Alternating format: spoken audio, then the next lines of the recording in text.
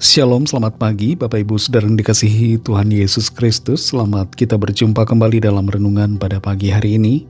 Kiranya saudara semua ada dalam keadaan yang baik, sehat, penuh sukacita, kuat dalam iman dan berlimpah dengan berkat Tuhan. Sebelum kita mendengar kebenaran firman Tuhan, mari kita berdoa. Bapa kami yang di sorga, Bapa dalam nama Tuhan Yesus Kristus, Tuhan dan Allah kami yang hidup dan berkuasa, satu-satunya Tuhan yang benar, Juru Selamat manusia. Terima kasih untuk hari baru ini kembali kami ada karena anugerah-Mu dan karena rencana-Mu yang baik atas kami. Saat ini kami mau mendengarkan sabda firman-Mu. Urapilah kami supaya kami mengerti dan taat melakukan setiap kehendak-Mu dengan hati yang penuh sukacita. Dalam nama Tuhan Yesus Kristus kami sudah berdoa dan mengucap syukur. Haleluya. Amin. Saudara yang dikasih Tuhan, ayat firman Tuhan saat ini terdapat dalam kitab Nabi Yeremia pasal 20 ayat 8-9. Tertulis demikian. Sebab setiap kali aku berbicara, terpaksa aku berteriak, terpaksa berseru, kelaliman, aniaya. Sebab firman Tuhan telah menjadi celah dan cemooh bagiku sepanjang hari. Tetapi apabila aku berpikir, aku tidak mau mengingat Dia, dan tidak mau mengucapkan firman lagi demi namanya, maka dalam hatiku ada sesuatu yang seperti api yang menyala-nyala, terkurung dalam tulang-tulangku. Aku berlelah-lelah untuk menahannya, tetapi aku tidak sanggup. Saudara yang dikasih Tuhan, ada begitu banyak macam pergumulan manusia. Ada yang bergumul dengan masalah keuangan, ada yang bergumul dengan pekerjaan, ada yang bergumul dengan masalah rumah tangga, ada yang bergumul dengan status jomblo, dan sebagainya. Banyak pergumulan yang kita hadapi. Namun dalam setiap pergumulan itu, saudara, ada satu hal yang perlu untuk selalu kita ingat, yaitu agar kita tetap kuat, tegar dan teguh dalam menghadapi semuanya. Berharap kepada Tuhan dan mengandalkan Tuhan, tetap setia kepadanya. Dalam Yeremia pasal 20 ayat 8-9 ini, kita baca satu keluhan, satu pergumulan yang dialami oleh Nabi Yeremia. Dia katakan, setiap kali aku berbicara, terpaksa aku berteriak, terpaksa berseru, kelaliman, aniaya. Sebab firman Tuhan telah menjadi celah dan cemooh bagiku sepanjang hari. Tetapi apabila aku berpikir, aku tidak mau mengingat Dia dan tidak mau mengucapkan firman lagi demi namanya, maka dalam hatiku ada sesuatu yang seperti api yang menyala-nyala, terkurung dalam tulang-tulangku. Aku berlelah-lelah untuk menahannya, tetapi aku tidak sanggup. Yeremia adalah seorang nabi yang penuh dengan pergumulan. Dia menyatakan di sini satu tantangan yang besar dalam pelayanannya. Banyak orang yang tidak mau percaya dan tidak mau mendengarnya. Sekalipun dia membawa pesan firman Tuhan, tidak ada yang menanggapinya. Dan karena itu, dia menjadi satu-satunya orang yang berbicara tentang firman. Sehingga itu menjadi suatu semacam cemooh, celah baginya sepanjang hari. Dia menjadi minoritas yang sangat minoritas, karena menjadi satu-satunya nabi yang menyuarakan firman Tuhan. Kebenaran menjadi satu hal yang memalukan baginya, karena orang-orang tidak mau mendengar kebenaran. Itu menjadi beban baginya.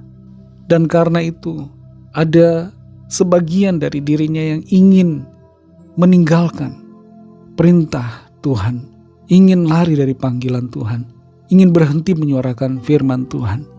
Tapi kalau itu dia lakukan, ada sesuatu dari dalam dirinya yang dia sebutkan bagaikan api yang menyala-nyala, yang tidak bisa dia tahan. Dan itulah ketokan suara panggilan Tuhan yang terus menyuruhnya untuk menyampaikan firman Tuhan. Ketaatan tidak selalu membawa kenyamanan. Ketaatan ada kalanya malah membuat kita mengalami tekanan. Tapi dalam keadaan seperti itu, ikuti teladan Yeremia yang mau taat dan setia mengerjakan panggilan Tuhan. Yeremia mengalami burnout. Dia lelah dan merasa tidak berdaya. Semuanya itu ia ungkapkan kepada Tuhan. Tuhan tidak menghakimi Yeremia. Sekalipun Yeremia sempat merasa lelah dan putus asa. Tuhan memberikan Yeremia kekuatan dan kemampuan untuk berjalan dalam panggilan Tuhan. Saudara yang dikasihi Tuhan, kalau ada di antara saudara yang saat ini sedang dalam pergumulan berat, merasa burnout, lelah dalam menjalani kehidupan, mari ingat akan panggilan Tuhan buat kita semua masing-masing. Tuhan punya panggilan khusus buat saudara dan saya.